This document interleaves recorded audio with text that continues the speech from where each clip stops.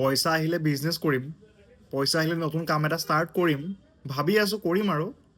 এই তেনেকুৱা যিখিনি মেণ্টেলিটিৰ মানুহ আছে সিহঁতে লাইফত মৰি গ'লেও বিজনেছ কৰিব নোৱাৰে, গম পাইছে?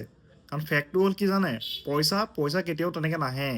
আপুনি যদি ভাবি থাকে আহিব কৰিম, ইফালৰ পৰা আহিলে এইটো কৰিম, তাৰপৰা ইমান টকা আহিলে এইটো কৰিম, তেনেকৈ ভবাখিনিৰ কাৰণে পইচা তেনেকৈ কেতিয়াও নাহে।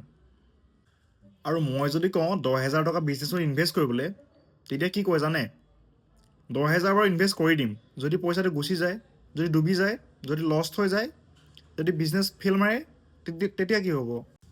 কিন্তু পইণ্টৰ কথাটো হ'ল সি হাতত 20-30 হাজাৰ টকা ফোন এটা লৈ পেলাই ভিডিঅ'টো চাই আছে, কিন্তু 10,000 টকা বিজনেছত ইনভেষ্ট কৰিব নোৱাৰে। বিজনেছত ইনভেষ্ট কৰাৰ কথা হ'লে গাৰেণ্টি বিচাৰে, গাৰেণ্টি।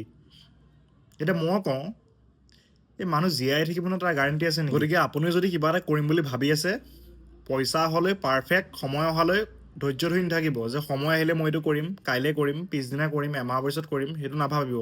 কিবা এটা কৰিম বুলি ভাবিলে কৰিব, আৰু বিজনেছ কৰিম বুলি ভাবিছে যদি এনেকৈ ভাবি সময় নষ্ট নকৰিব। পইচা আহিবলৈ ৰখি নাথাকিব, পইচা নাহে।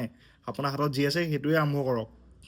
আৰু মই এনেকুৱা ভিডিঅ'বোৰ বনাওঁ, ভাল লাগিলে চাব, লাইক কমেণ্ট শ্বেয়াৰ ছাবস্ক্ৰাইব কৰিব, আৰু ভাল নালাগে ডিছলাইক কৰি গুচি যাব, কি কথা আছে?